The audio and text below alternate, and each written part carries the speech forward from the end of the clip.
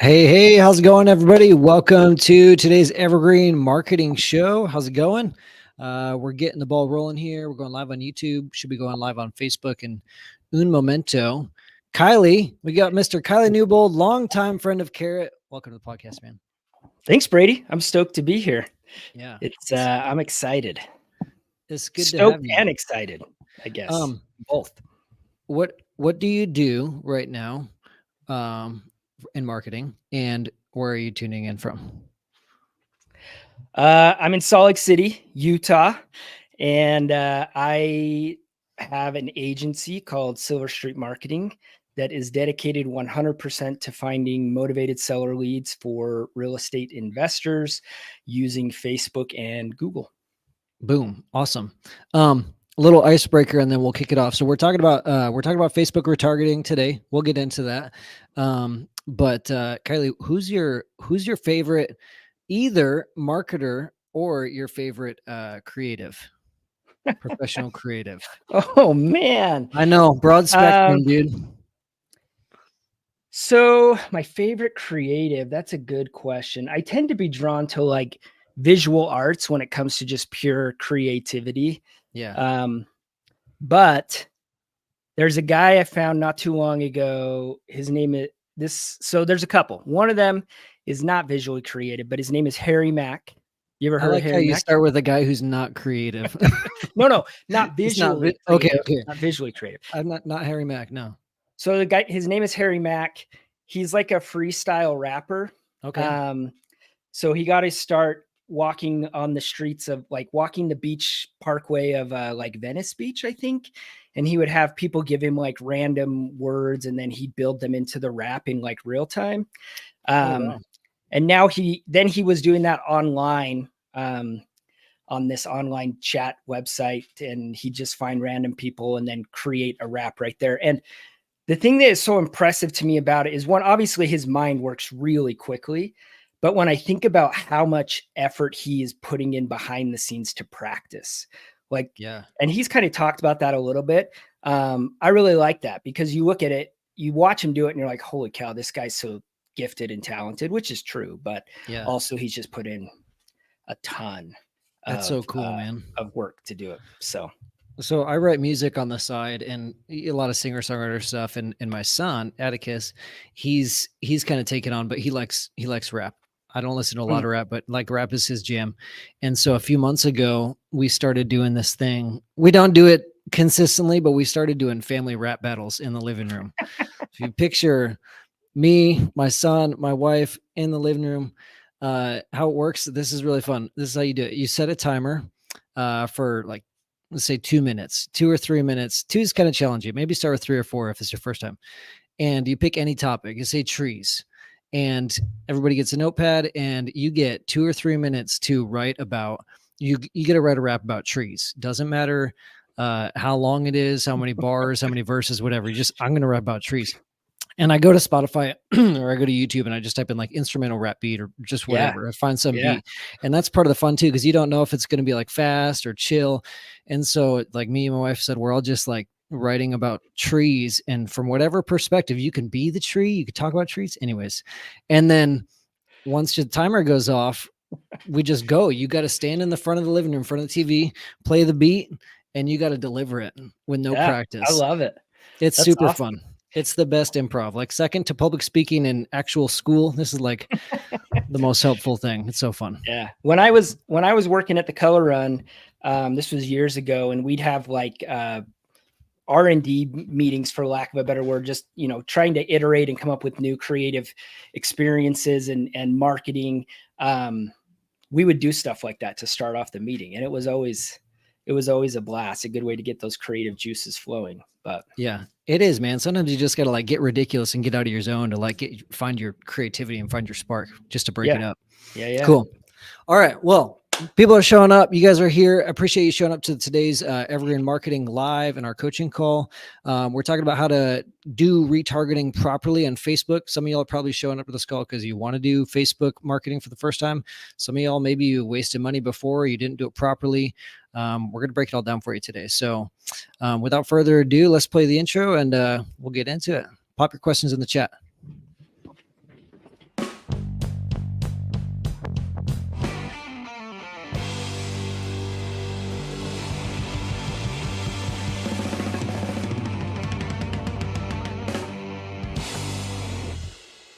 All right, everyone. If people are visiting your website from any marketing source, if you're sending traffic to your website and you're not retargeting them with generally low cost Facebook ads, you're probably losing deals. So today I have a longtime friend of Carrot, Mr. Kiley Newbold, owner of Silver Street Marketing out of Utah, who runs lots of ad campaigns for real estate investors all over the country. He's here with us to talk about how to do retargeting right, how to set it up, best practices for Facebook ads, all the nerdy and nitty gritty. It's going to be good stuff. So we're going to get into it. Awesome. Yeah, how this is going to work. We've changed up the format recently, so we're going to aim to keep this like a 10 to 15 minute verbal convo. Just give you the highlights on how it'll work. Just give you the nuggets so you can digest it. And then once we've done that, we're going to do a little bit of a deeper dive coaching call. So make sure to pop in your questions if you have any, and we'll do a little bit of screen share and show you some examples of ads and things like that. So let's kick it off, man. I think a good place to start, besides family rap battles, would be some of the data we were talking about on conversion yesterday. Do you have that data pulled up?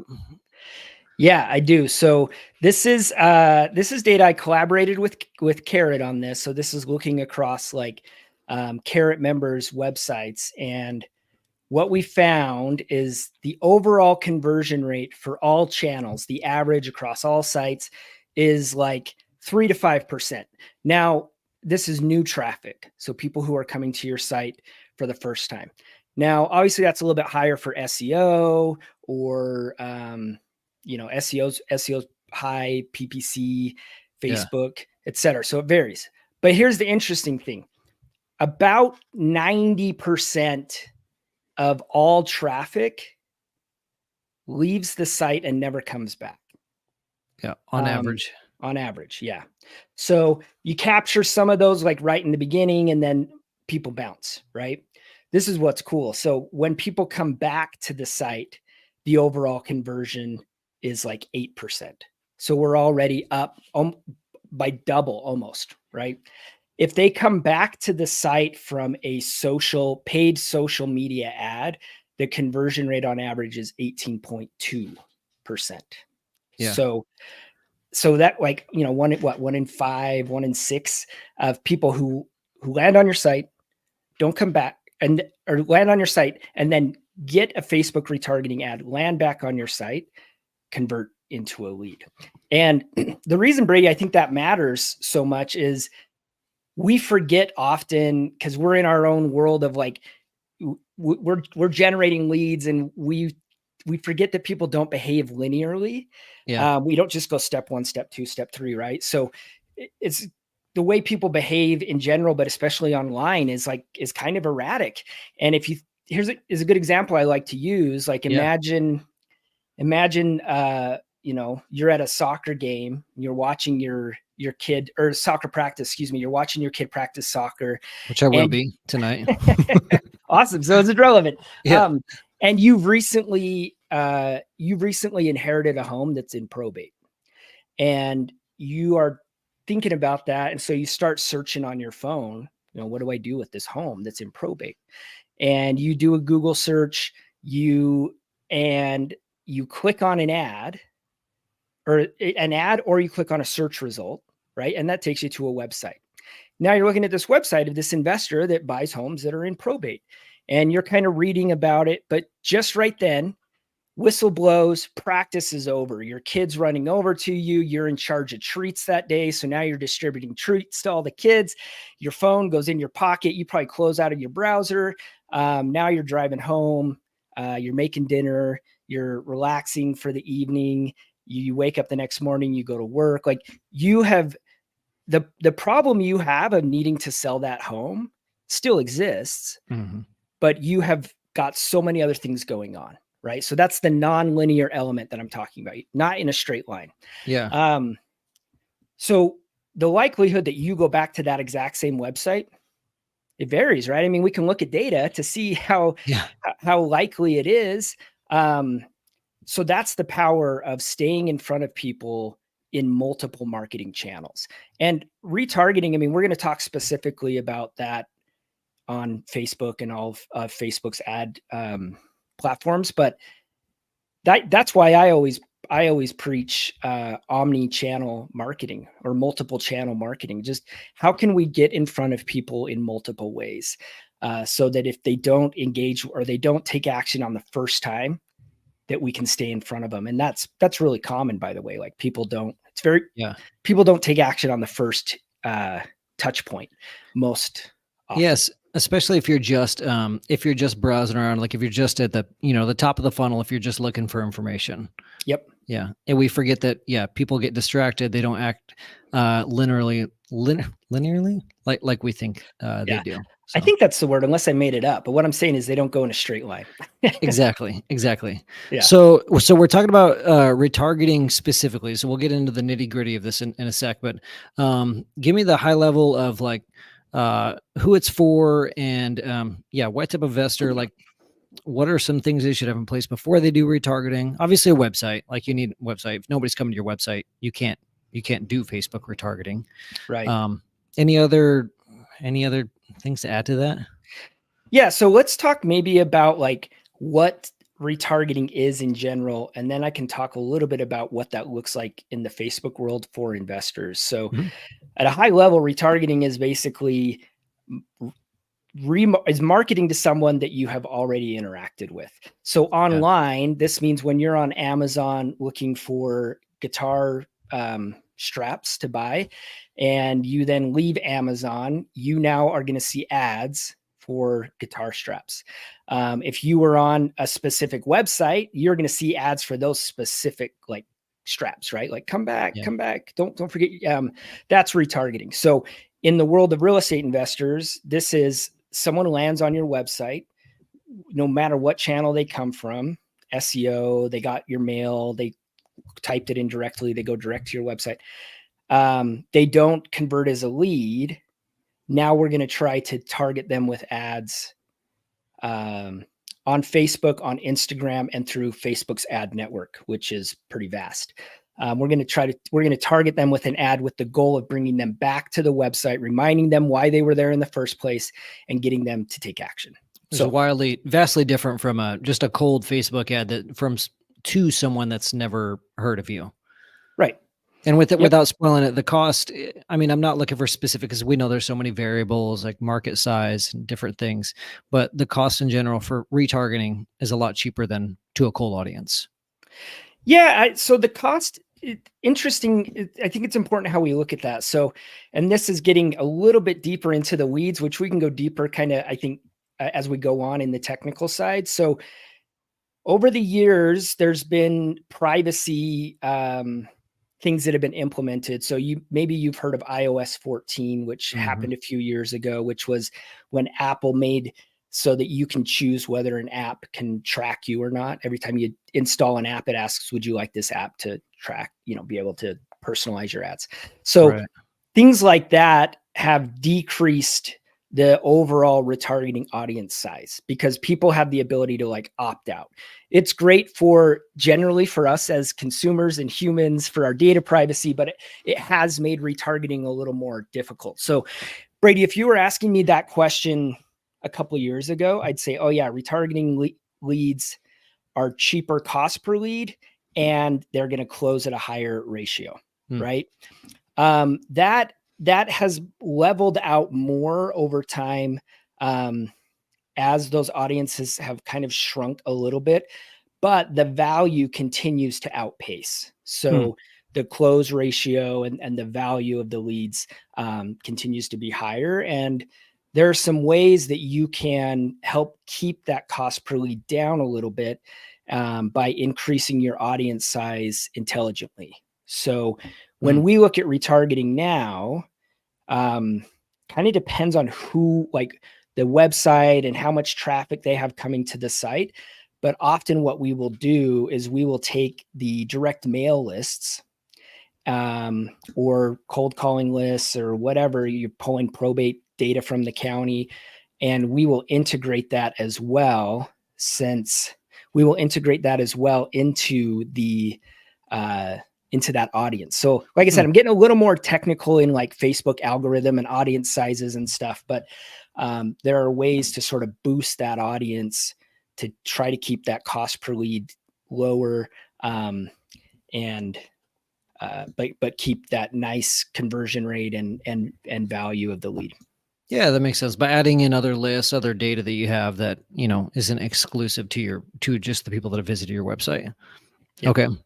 Well, let's do this, man. Let's if you could walk me through like the at a high level, the nuts and bolts of how somebody would set up retargeting ads for the first time. We'll just talk through it, and then we'll switch over, you know, after that, do some screen share, take some questions. We're already getting some questions in the chat. So yeah, cool. Let's walk me through step 1 through 72. Okay. So there's a couple things you got to have. You got to have on the Facebook side, you have to have a Facebook business page. You have to have a Facebook ads manager. You need to have created a Facebook tracking pixel, or now called data sets as well. So that's kind of on the technical Facebook side. And then once you have those, you need to add your Facebook tracking pixel to your Carrot website. And you've got to do that in 2 places. So you want to put it in the overall code of the website. That's right in the dashboard. And Carrot has a tutorial on how to do this. And then you also want to add a conversion event on your conversion page. So if you're doing the standard kind of 2-step conversion, then you'd want to put code at least on that step 2 page, so that when someone hits that page, Facebook knows that's a lead. We put it on both pages, step 2 and thank you. We do lead on step 2 and complete registration on thank you, because we want to be able to track both of those. But you need it at least on the step 2. Okay. So it's tracking what people are doing on your website so that it can report that back to Facebook. Yep. Yeah, you need the pixel there for a couple of reasons. One is you need a way to start building your retargeting audience. So when someone lands on your website, Facebook needs to know that. And then once you start running ads, Facebook's going to want to know, what are you trying to get? You're going to say, well, I'm trying to get leads. So you got to tell Facebook what a lead is. So once you have that set up, you're ready to create your audience. So back in Facebook, you're going to create your website retargeting audience. And so you'll create that audience. And then you can also create other similar audiences, especially if you're sort of in the beginning of building your pixel data that can help. We'll look at engagement audiences. So anyone who is engaged with our ads or our Facebook page, that's something we often will also create. Video views audiences can potentially work well in here too, if you've got like video ads that you've run or video posts that you've run. People who have watched more than 3 or more than 10 seconds of my videos, that right. Group of people. Okay. Yep. And then the other one is like your custom lists. So you're going to create those audiences for the sheer simplicity of this. You would create your website traffic audience, anyone who has been to your website. And once you have that audience created, now you can build your campaign and get your ads in there and start. And that's it. And then you're off to the races with your ad creative, your ad copy, and then you're set them live. Mm-hmm. Sweet. Okay, cool. So that's it at a high level. Let's do this. We're gonna wrap up the podcast there. I think in summary, if you have a Carrot website and you're doing other sorts of marketing and you're not running Facebook retargeting ads, get your Facebook retargeting ads going. Work with Kiley. You could find them in the marketplace, marketplace.carrot.com, work with Silver Street. Get them going so that you can stop losing people who are maybe only visited your site once or twice. So it's a great, easy, pretty affordable way to close more deals. We'll talk about cost per lead, cost per click here in a moment. But yeah, work with Kiley or work with someone. But we'll dive into the screen share. That's the end of the podcast. If you want to be a part of this Q&A live and you're listening to this after the fact, join us at community.carrot.com. Join us in the Facebook group. We go live every Thursday at 11 a.m. But that's it. Sweet. All right, here we go. Pipe in your questions. Let's do this. We'll take a couple of questions just to change it up, and then we'll dive into the nuts and bolts. We had a good discussion going in the Facebook group around cost per lead. Want to talk about that? The one we're talking about before we went live? What, Yes, like, I yes, guess yes. we could start with what's a reasonable, it's kind of hard to answer because it depends on the market, but what's a reasonable cost per lead? I guess what I can do is this. Let me share the visual I have real quick because I was just talking about this in the webinar yesterday. A lot of people don't sometimes know like how many leads to a deal it should take to close in general. So I've got just kind of a rule of thumb here. Kaboom. Oh, sorry, Braden. He beat me to it. Go ahead. Okay. Cool. Braden and I are fighting with the mouses. Here we go. Okay. So this is how many, roughly ballpark. Of course, you all know a lot of variables. Depends on the quality of your marketing, size of your market. There's so many things, but this is what we see from our members on average. And Kiley and I were having a conversation before we hit record about someone who's, talking about maybe perceived high costs with Facebook ads. And we're like, actually, that's in like saying it takes a lot of leads to close a deal. And we're like, actually, this lines up with what we're seeing, because they had gotten about 40, roughly 40 or 45 leads, and they're about to close their second deal from those Facebook ads. So cold calling about 1 in 50, TV 1 in 50. That one might be a little high. I've heard of some people like 1 in 20, 1 in 30. Big variable there. Direct mail 1 in 40-ish, Facebook 1 in 20, 1 in 25, Google ads 1 in 12 to 15, SEO on average about 1 in 10. Sometimes I see 6 or 8, sometimes 15. Again, it all depends, but these are some averages just for like expectations for how many leads to a deal. Kiley, you want to talk about cost here? Yeah. Can I, is it okay if I share something as well? Send it. Okay, let me. As long as it's related to Facebook ads. Oh, I was going to go back to rap battles. Or freestyle rap. That's what the people want. Give the people what they want. All right, let's see here.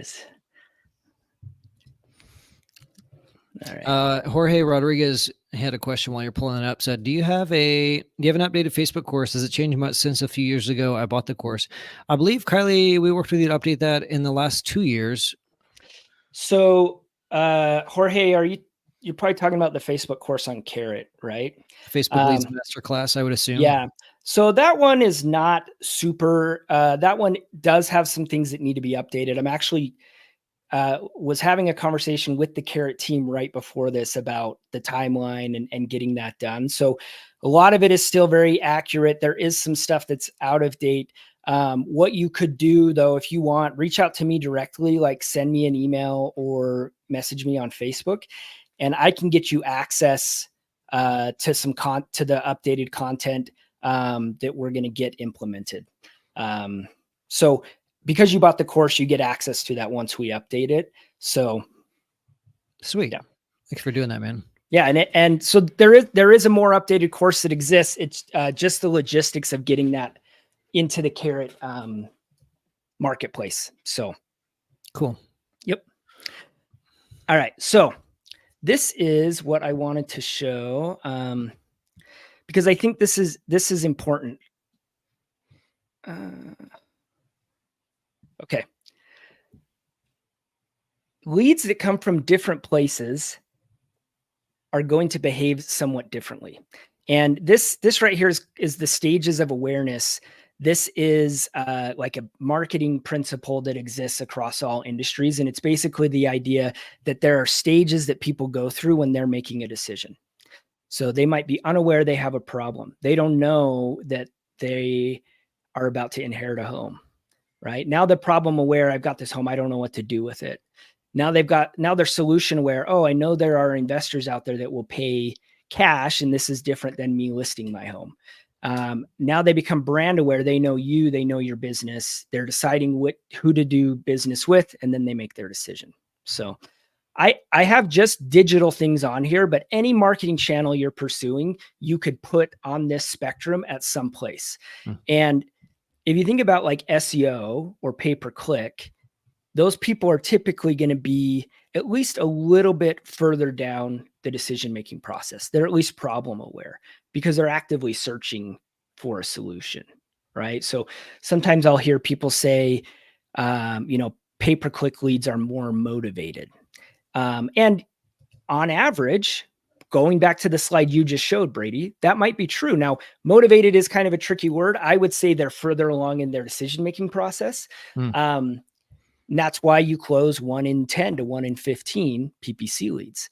Facebook, you're pulling from a broader spectrum of awareness, of readiness. So you get people who are down in this part of the decision-making process, but you're going to get some people up here. So it's pros and cons, a little bit of a double-edged sword.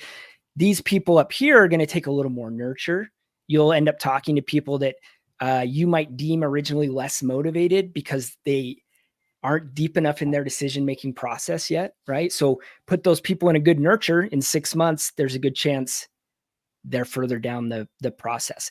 But you'll also pull people who are further along. So the reason I think this is important is it coincides really well with the slide you were just showing, that and all leads from all channels can be part of a good marketing strategy.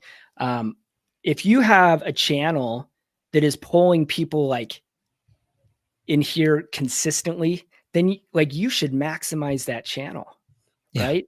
Maximize. But in order to scale your business, you will likely have to grow outside of a single channel. And so you'll add on another channel and then maybe another channel, and knowing that they will behave slightly differently, I think can be really helpful in how you approach this. Because to your question about cost per lead, so much of that is based on like expectation. Yeah. Because I can go and get leads for pretty cheap, but a lot of them are not going to be very good. So there's this balance between quality and quantity and cost. And so I always recommend people, and I think Trevor has shown this a few times on podcasts and videos, something very similar. Oh, good. I'm glad you have it. I was about to pull up another version. This is perfect. Yeah. So what is a reasonable expectation? And most importantly, this is the number we want right here. What is your lead value? So I just put some numbers in here. This is what you'd want to do. So what is your close ratio? And by the way, I picked numbers that would be really easy percentages too. So it might actually be like 1 in 14, but I didn't want to have to do that math. So we're going to close 1 in 10. My average deal revenue is about 10K. And I want like a 4 to 1 ratio of profit to cost. So I want 7,500 of that to flow down into my business, and 2,500 of that I'm okay putting towards marketing, right? So these numbers will change for anyone listening to this call, all of them. This is kind of what Carrot recommends here. I think it's a good starting point, but your business might be a little different. You might have a slightly different like profit ratio. So like maybe you're a solopreneur and you're okay with 2 to 1. You don't have a lot of overhead, a lot of complexity, and you're like, hey, I can do that. It's just harder to scale 2 to 1 ROI. Right. Yeah. Or you are a business that is generating a lot of deals already. You're starting a new marketing channel. You might be willing to accept something different too, because you have economies of scale on some of the other stuff. So, but now we got some math here, right? So I'm saying, okay, if I can spend about 2,500 per deal and I close about 10%, that means my lead value is about $250. Okay. So I could pay up to $250 per lead, and I'm still staying within this, what I want to pay for marketing, right? So that number right there matters, because if your cost per lead is $190, you're still getting value on those leads. Yeah. On those deals, right? Now, if your cost per lead starts creeping up right along that 250 and above, now you've got to start making some assessments of, okay, what can I do to keep that cost per lead down? That's something in the digital marketing world, you're never done. You're always iterating and optimizing and trying to get that number down, right? But that's why lead value matters, because you can drive yourself crazy going like, how do I get my lead cost below $100 a lead? Or how do I get it to 75? And you can lose sight of your ROI. Yeah. So lead value is so critical. The other thing to consider is would I have gotten these deals otherwise? And that's Hmm. sort of the scaling your business thing to think about, you know? So again, like if you have a channel that's producing leads at a lower, the lead value is much higher, the close ratio is better or whatever, like you should maximize that channel. Maximize. But at some point you're going to scale, add other marketing channels, and you're going to look at each one that's going to behave just a little bit differently. So, you know, maybe your CPL, cost per lead, here is like 175, where when you do the math on your direct mail, it's less. And you're going, man, this channel is too expensive.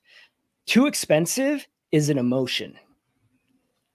Yeah. It's not, it's just an emotion, and we want to use data, not emotion. So you can take these numbers here, and this will kind of give you some ideas to go, okay, I want to try to close 2 deals a month. That'll give me about 20K in revenue. So using the numbers from the previous slide, I need to get about 20 leads. If my lead value is 250, then I might need to spend about $5,000 in marketing. Yeah. Yeah. Like I said, these numbers are made up. So it's more likely, especially with Facebook, that you're saying like I close 1 in 20, and whatever your revenue is, that's kind of depends on the market and your exit strategy with the deal. So when people say, Kiley, what's a good cost per lead? I can give you a range. It ranges like on the low end around, like on Facebook, like maybe $50 a lead. On the high end, like 150 to maybe 200 a lead. But all of that means very little without your lead value. Yeah. Okay, nice. That's good. I'm glad we got that covered, the whole math versus emotion thing, like going off of data. We got a couple questions here, and then maybe we'll tackle, maybe look at some ad creative examples. I'm throwing a curveball on you because I know we're going through tactical, but I feel like it sounds like people are wanting more of the, what do the ads look like? What do they feel like? What do they sound like? And then we could talk about like how to set them up too, because we have like Kiley said, we have tutorials in Carrot on some of this. But if that sounds good, we'll roll with that. If you guys want to know or see anything specifically on Facebook ads, then let me know. Let's see questions. Go ahead. I'm seeing some questions, Brady. I maybe Braden's putting these in here. Yeah, in the private chat. Yeah. Yeah. Okay. So these are from Facebook. Okay, got it. I'll let you kind of lead us where we go there. Sure. Let me find. So we want to look at some ads. Yeah. And while you're pulling those up, let's see. Let's tackle a couple of easy ones. These will be good value. Casey Tavolt, thanks for hopping on, Casey. You've been pretty active in these. How do we know if our Facebook and retargeting ads are working? What's the metric? Tony's question was pretty similar. Let me read it just to make sure. What KPIs do you track to determine if your campaign is working, and what should they be, and how long do you give them before you evaluate them? Ooh, so that's good. What KPIs, and how do you know when you can judge it? Great question. So we look at KPIs kind of at 3 different levels of performance. So we look at the audience reach. How many people are we getting in front of? We look at the number of clicks and the cost per click. And then we look at the conversion rate. So that's people who landed on your website versus people who took action. And these will vary a bit from market to market, and also for your account and campaign age. These tend to get better over time.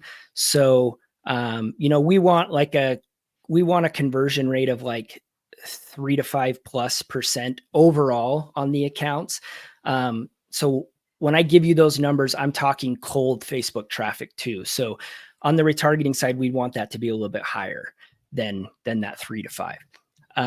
So we're going to look at those at those levels. That's going to help us know where to tweak ads. Overall, what we're looking at is what we just talked about, which is what is the lead value versus what am I paying per lead? And as long as your lead cost per lead is below or at your lead value, you should be getting ROI.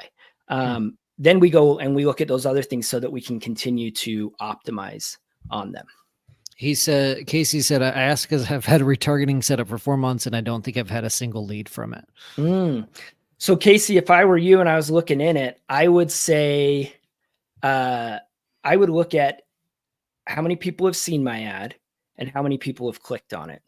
So if oftentimes what could be the case is that your audience is really small.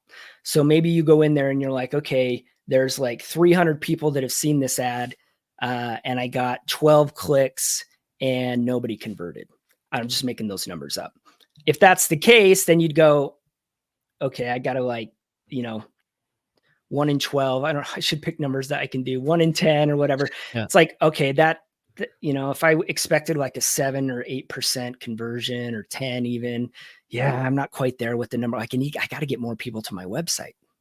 Then you'd maybe look at building the size of your website. If you've had hundreds of clicks and nobody's converted, then that's another thing I'd look at. I'd look at like the message, the ad. I'd look at the audience match. I'd look at technical stuff. Like, okay, is something going on? Like, is it working? Yeah. To not have a single lead that, Yep. Anytime I see a 0 in marketing data, I'm like, what's broken? The other thing, Casey, is where are you, when you say you haven't gotten a single lead, is Facebook telling you that, or is Carrot telling you that, or both?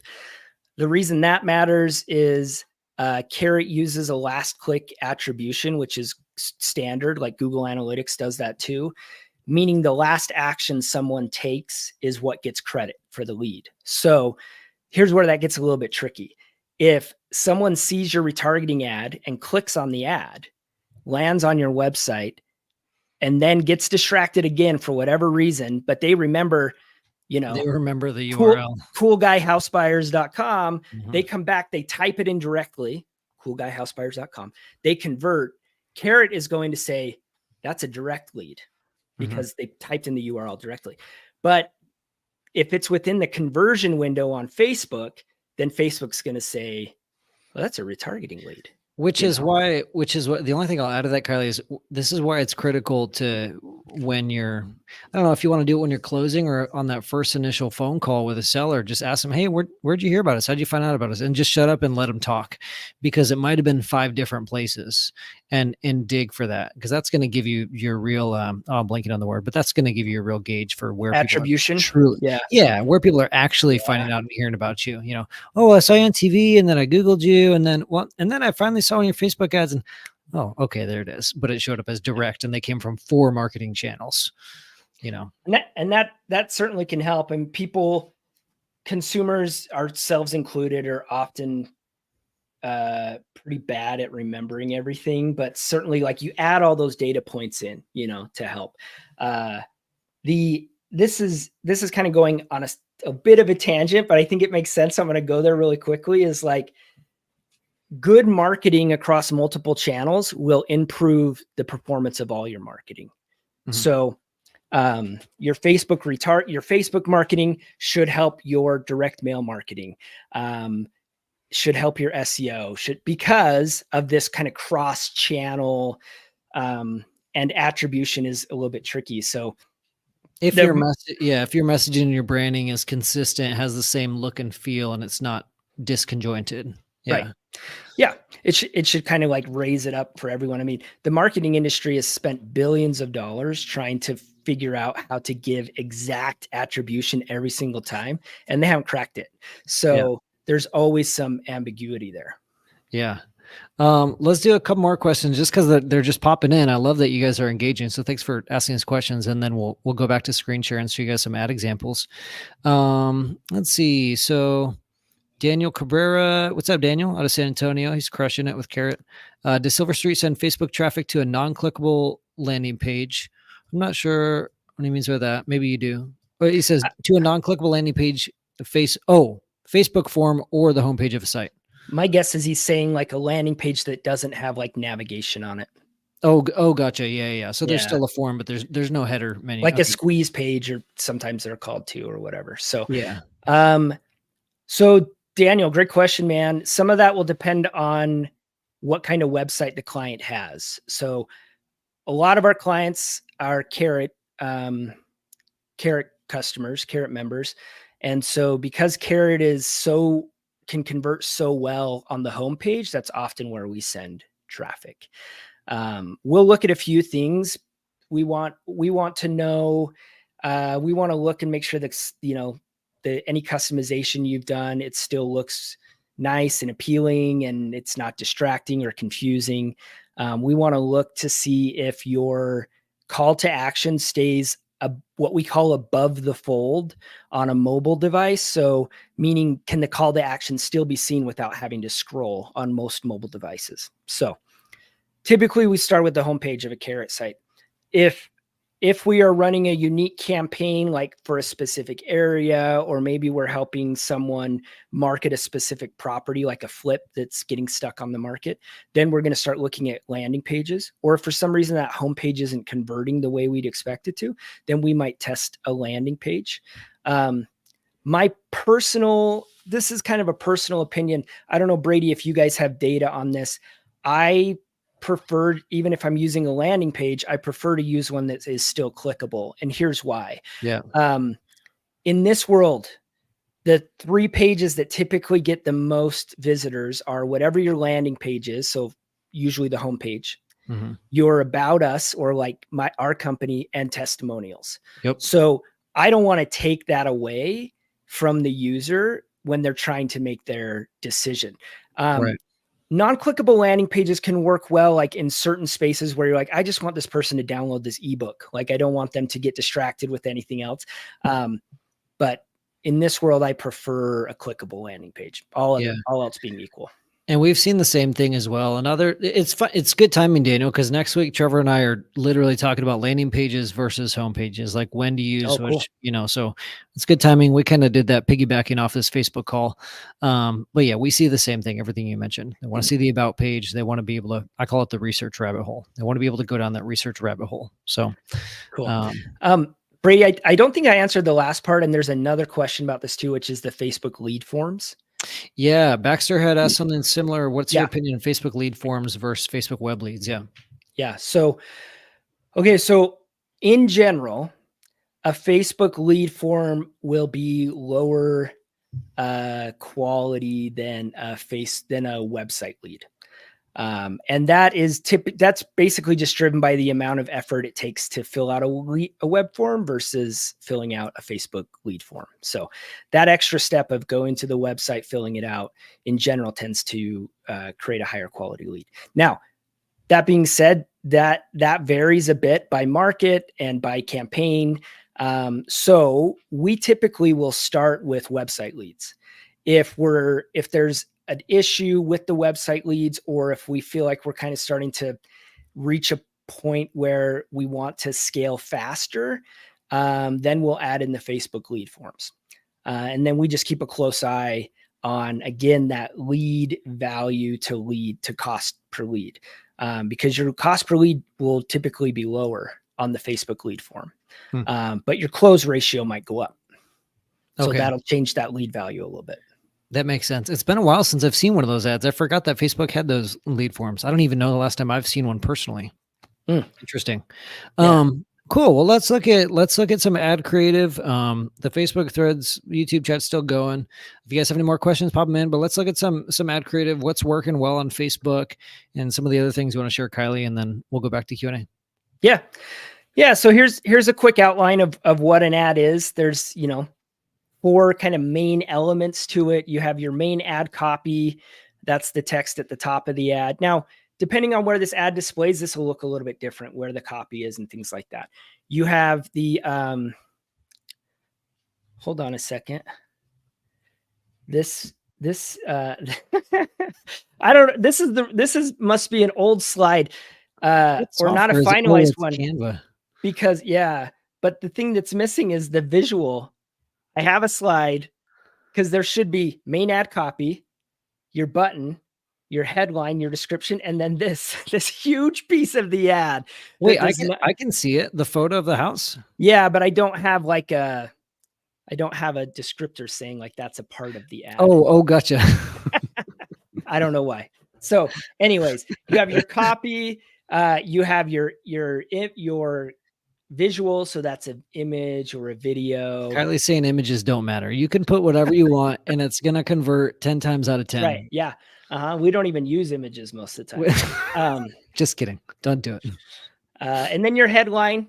So Facebook has a few that you can choose. This is the bolded part here, and then your button. Facebook has a few you can choose from. The description is this small text down here. So those are kind of the elements of the ad. Let's see what this one is. Maybe you can speak to this, Kylie. One mistake I feel like people see is go back one slide real quick. That bold black text near the bottom. Oh yeah, this one here. The text here. Yeah, either one. Yeah, sell your house on your terms, no fees or repairs. I feel like especially in other industries, people mess up the purpose. Like, what's the psychology behind that spot of text on the Facebook ad? Because I see people use that for the most random stuff, like website name, or I don't know. I feel like people don't even know what they put in there by accident, because maybe it's not super intuitive when you're inside Facebook. So it really just kind of has to do with the way an eye typically tracks over something like this, So you're going to start at the top, and then you're going to kind of move down to the image, and then when you get to the bottom, you're probably going to see that button first, and then you're going to scan there, and then you're done. So it's a way to it should, in my experience, it should be a call to action, or it should be something that will grab someone's attention, because if they've made it to that part in the ad, they've already gone through other elements of the ad. Okay, that makes sense. That's good, because I see some people trying to use it like as a headline or how to grab attention, but it should in general be a call to action. I'd agree with that.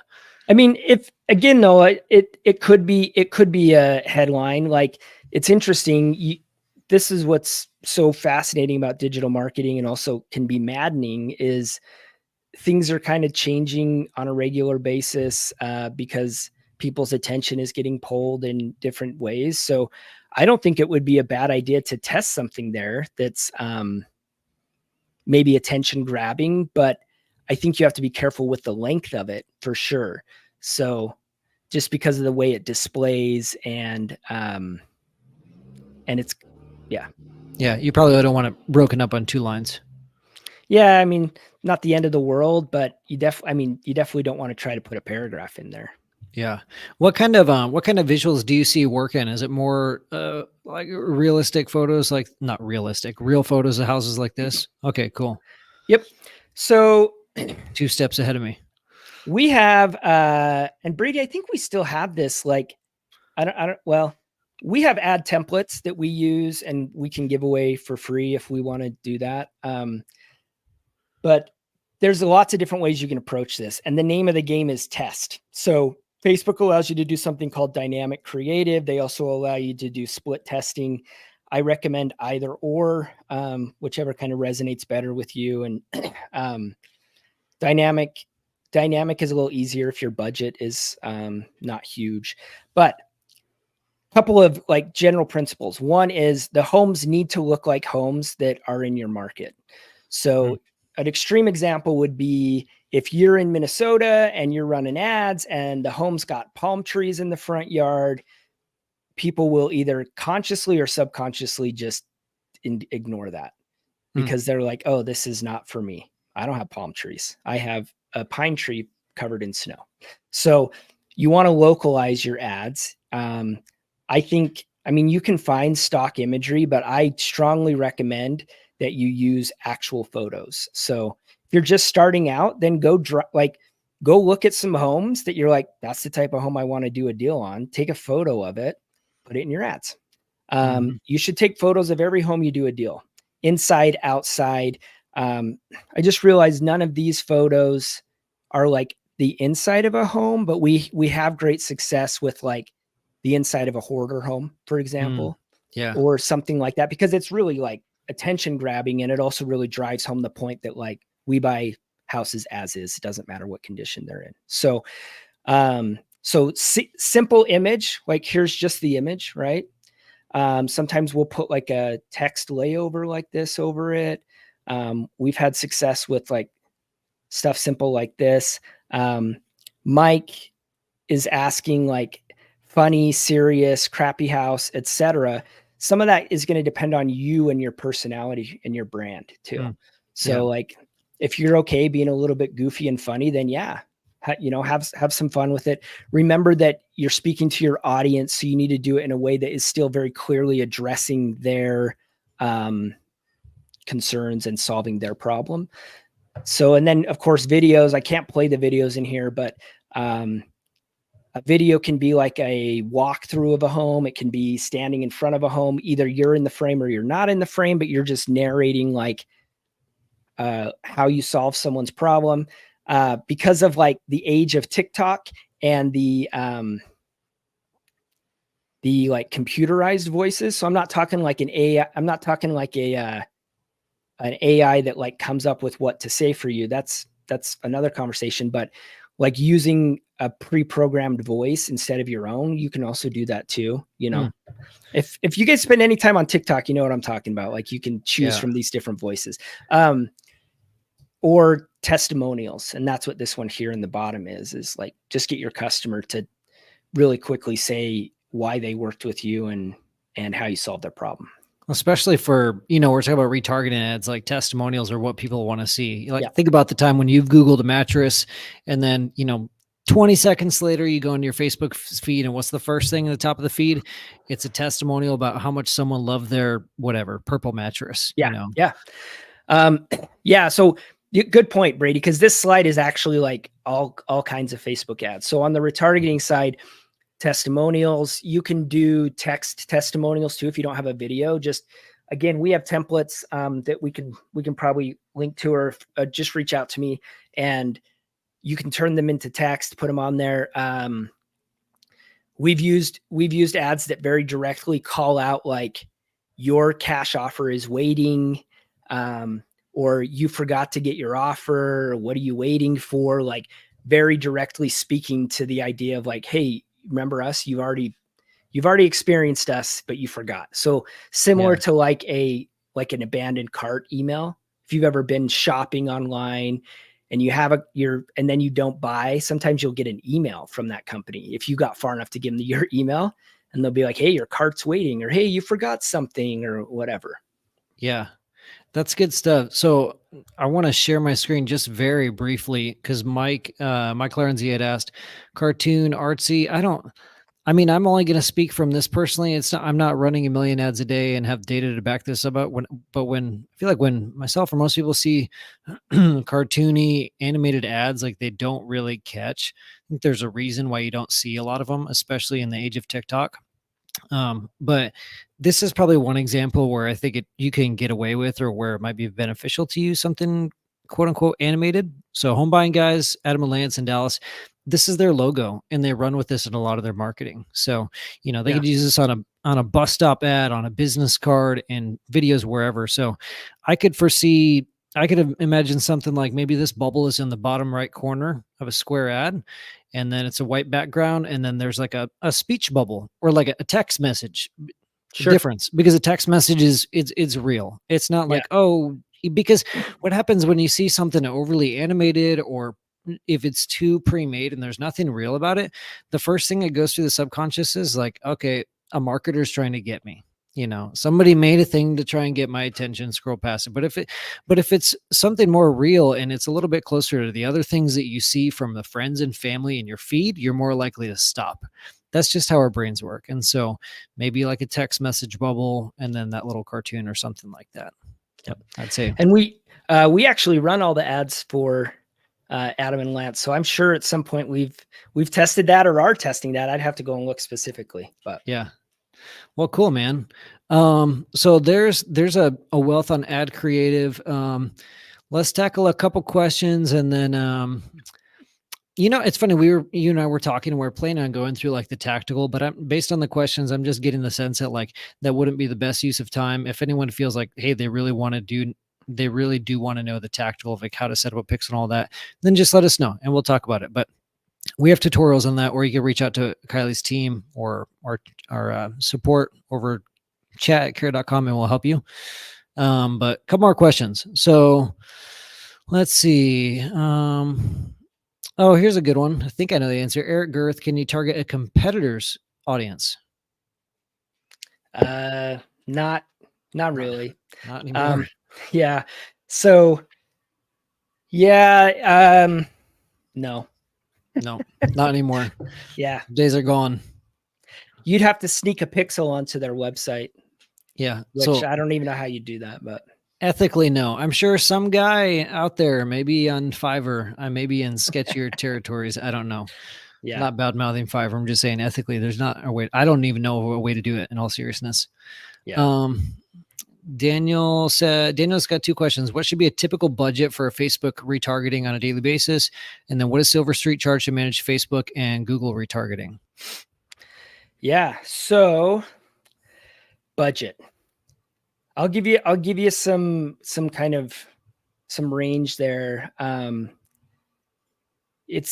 would say you probably start with like $3 to $5 a day if you wanted to go like kind of light into it.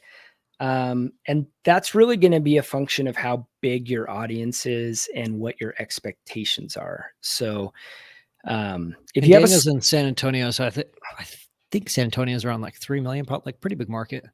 yes, but would also matter how much traffic he's got going to his website.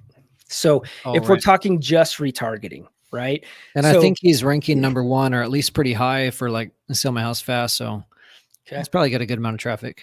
Yeah. So I wouldn't go any lower than like $3 to $5 a day. So that, I mean, that's going to end up being like $150 a month. It's not a lot.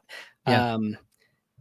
I think if you can get to the point where your campaign will deliver and you can spend like 500 plus, that's better. And then again, some of that just kind of depends on, you're going to have to kind of scale that a little bit because, and look at how you can increase the size of that audience.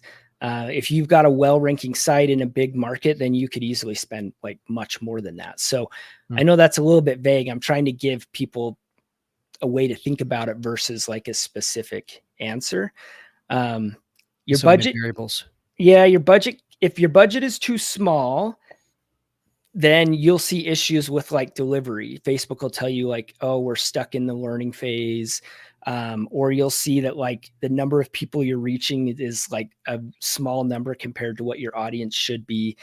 If your budget is too high, then you either won't spend all of that budget or your frequency rate will get really high. So frequency is the number of times the same person has seen your ads. So if your frequency is like 10 plus, then you'll want to relook at how you are swapping out your creative, how frequently you're doing that, or you may want to relook at your audience size and your budget. Oh, Brady, I lost you. I can't. My bad. I muted myself. Sorry. That was a good question. I have one, and then I think maybe we'll wrap it up with a good question that kind of branches off of retargeting offline marketing. So my question is, it's a real example. Yesterday, I was scrolling on Facebook and I saw an ad for somebody's mushroom coffee. I don't know why I get these ads. There's like a million mushroom coffees out there. And clicked on the ad, watched the ad, left Facebook, came back to Facebook, and I immediately got another ad for the same product, different business page. It's an influencer. And I see this in the influencer affiliate space, but I'm just curious because if you can't target, if you can't directly target competition, how are these guys like, okay, Brady watched the mushroom coffee video. Now an affiliate's coming at me instantly. Do you know how that works? Are you saying it's an affiliate that is selling the same brand or a different brand? Same brand. Yeah. So there's a couple ways that could work. One is that company is allowing affiliates to have pixel data on website traffic. Okay. I don't know, like they could be saying like, yeah, if you're an affiliate, we'll share this audience with you. And if your ad is the one that gets them, then you get the affiliate credit. I don't know. Or they could be doing some interest-based targeting. And I'd have to look specifically into the into the mushroom coffee world. But somebody's really tagged me on like Brady loves mushroom coffee, and I don't know why, because I've never had it, but yeah. And then here, so then also there's the thing where you can tell Facebook whether you're okay with your ads showing up with like competitors. And then here's the other piece to that. So Facebook no longer allows us to do like lookalike audiences for real estate. That's something that changed a few years back. But they still have a little checkbox that says allow Facebook to expand your audience if Facebook thinks it will improve the ad performance. yeah. So my hypothesis is that Facebook knows that you just searched for mushroom coffee. And so now they're going to show you ads from other people that are trying to sell mushroom coffee. So, yeah. But I don't have like a specific explanation of how that works data wise. That's interesting. I'm gonna guess maybe they're going with the affiliate approach. Maybe they're sharing the pixel. Yeah. I would think based on the ad. Anyways, all right. We have time for about one or two more questions. I know the thread's still popping. Mike Lorenzi, you're asking about pixel, how to add the pixel to the form page. Just for the sake of time, we can only answer a limited number of questions on this call. Otherwise, I'd love to stay on here all day with you guys. But hit us up through the chat. Just go to carrot.com, hit up our team through the chat. We'd love to help you out, get into the weeds of it there. Let's see. Here's a quick one before last question. Brady, I was just going to say, like, yeah, go to Carrot Chat, or you can find me in the marketplace, Carrot Marketplace, Silver Street Marketing. And I'm more than happy to help, like, continue answering questions too, whether it's via email or jumping on a phone call or whatever. I appreciate that, man. Daniel said his frequency is 19.3. He said, dang is right. A little high. So might need some. That's high. So 19.3. So frequency on its own, I wouldn't be like, oh man, this campaign's in trouble, because I'd want to look at everything else too. Like, are you getting leads or not? But that is pretty high, man. Like, it's probably time to swap some creative, build that audience out a little bit. Yeah. Okay. So one quick question and then we'll wrap it up with the long question. I promise this time. Mike says, not necessarily retargeting question, but are your initial Facebook ads under special category for fair housing, or are you able to target a customized audience? 100% under special ad category. So cool.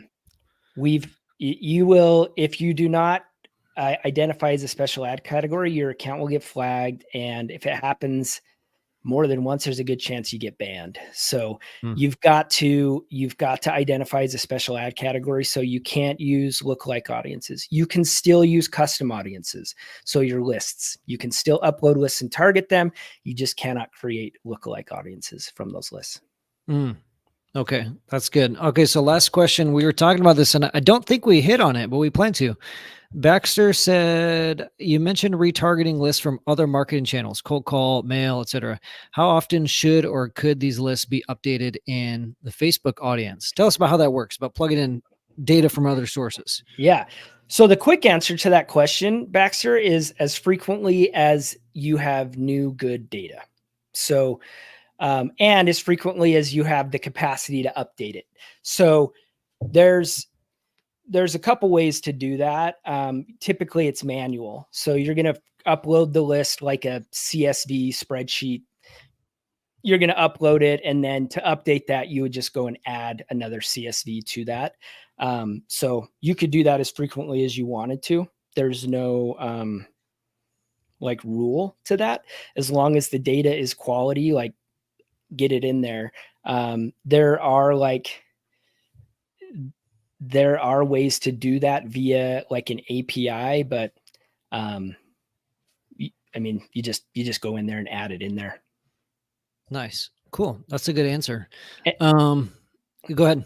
I was going to add, because the other question I always get there, Brady, too, is like, how much data should I put in there? And the answer is the same. It's like, assuming the data is good, put it all in there. Bigger list is typically, in general, bigger is better when it comes to a Facebook audience. So If you can get it bigger without like dramatically compromising quality or whatever. But the cool thing about the custom audiences is that if Facebook can't match them, it just won't serve an ad to them.